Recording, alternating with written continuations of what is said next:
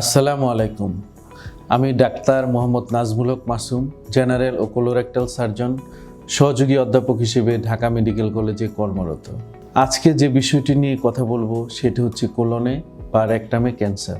অনেকে আমাকে প্রশ্ন করে থাকেন, রেকটামে ক্যান্সার হলে কি পেটে স্থায়ীভাবে ব্যাগ লাগিয়ে দিতে হবে? ক্যান্সারের চিকিৎসা করলে কি সেটা আবার হবে?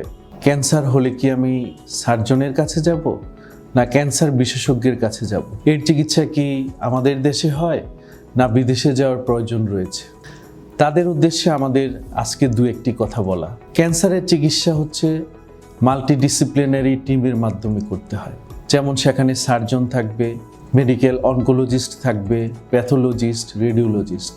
প্রত্যেকের সমন্বয়ে আমরা উন্নত বিশ্বের ন্যায় একটি টিউমার বোর্ড গঠন করে তারপর সিদ্ধান্ত নিয়ে থাকি এটার কি অপারেশন করব নাকি থেরাপি দিব। কারো যদি দেখা যায় ক্যান্সারটা শরীরের বিভিন্ন অংশে ছড়িয়ে যায়, তাহলে প্রাথমিক অবস্থায় তাকে থেরাপি দিতে হয়, তার পরবর্তীতে হয়তো আমরা অপারেশন করে থাকি। কিন্তু ক্যান্সারটা যদি প্রাথমিক অবস্থায় আমাদের কাছে শনাক্ত হয়, সেই ক্ষেত্রে আমরা সার্জারি করে থাকি। কোলনে বা রেকটামে যদি ক্যান্সার হয়ে থাকে, প্রাথমিক অবস্থায় আমরা ল্যাপারোস্কোপির মাধ্যমে সার্জারি করে থাকি। এতে করে পেটে তেমন কাটার প্রয়োজন হয় না। কয়েকটা ছিদ্র করে কোলনের যে অংশে ক্যান্সার রয়েছে সে অংশটা আমরা বের করে ফেলে দেই। এতে করে রোগীর বেশি কষ্ট হয় না এবং কিছুদিন পরেই সে কর্মে যোগদান করতে পারে।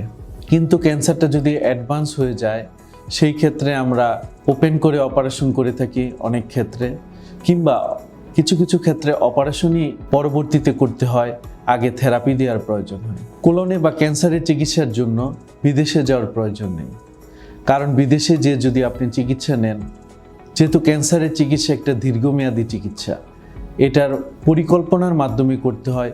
অপারেশনের পরবর্তী সময়েও রোগীকে যথাযথভাবে ফলো আপের প্রয়োজন হয়। আপনি অপারেশনটা করে আসলেন, কিন্তু পরবর্তীতে ফলো আপটা ঠিকমতো নিলেন না, আবার আপনার ক্যান্সার হওয়ার সম্ভাবনা থাকবে। এবং কোলনে বা রেকটামে ক্যান্সার হলে সর্বক্ষেত্রে পেটে স্থায়ীভাবে ব্যাগ লাগিয়ে দিতে হয় না বা কোলোস্টমি করতে হয় না। যদি দেখা যায় রেকটামের কিছুটা উপরে ক্যান্সার হয়েছে, কোলনে হয়েছে, তাহলে যে অংশটা শুধু ক্যান্সার হয়েছে সেটা আমরা কেটে জোড়া দিয়ে দিতে পারি। এতে করে রোগীটা 8 দিন বা 10 দিন হসপিটালে থাকার পর সে বাসায় চলে যেতে পারে এবং ক্যান্সার পরবর্তী সময়ে অন্যান্য সাধারণ মানুষের মতো সে স্বাভাবিক জীবনযাপন করতে পারে। কিন্তু রেকটাম ক্যান্সার যদি একদম অ্যানাল ক্যানাল বা বায়ুপথের খুব কাছাকাছি হয়, মলদ্বারের চতুর্দিকে পায়খানা ধরে রাখার জন্য যে স্ফিংটার মাসেল রয়েছে সেগুলিকে ইনভলভ করে ফেলে, সেই ক্ষেত্রে আমাদের পেটে স্থায়ীভাবে ব্যাগ লাগিয়ে দিতে হয়, যাকে আমরা বলি কোলোস্টমি। কোলোস্টমি করা হলেও কিন্তু রোগীরা স্বাভাবিক জীবনযাপন করতে পারে।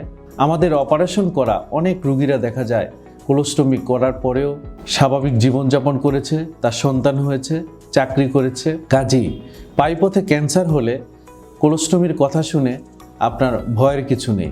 যদি পায়ুপথে ক্যান্সারটা না হয়ে একটু উপরে হয়, সেই ক্ষেত্রে কিন্তু ব্যাগেরও প্রয়োজন হয় না। আমরা ওই অংশটা স্টেপলারের মাধ্যমে জোড়া দিয়ে দিতে পারি, অথবা ল্যাপারোস্কোপির মাধ্যমে অপারেশন করা যায়। কাজেই কোলনে বা রেকটামে ক্যান্সার হলে অহেতুক দুশ্চিন্তার কিছু নেই। এর অত্যাধুনিক সমস্ত চিকিৎসা আমাদের দেশে রয়েছে।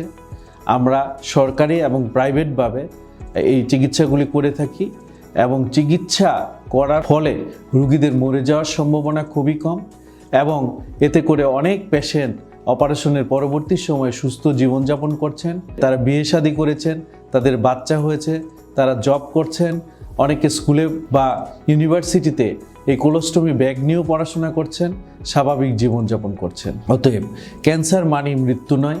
ক্যান্সার থেকে আমরা সচেতন হই এবং ক্যান্সার যদি কারো হয়ে যায়, তার সঠিক সময়ে আমরা যদি সঠিক চিকিৎসাটা নিই, তাহলে এ থেকে ভালো থাকা যাবে, দীর্ঘদিন বেঁচে থাকা যাবে। ধন্যবাদ।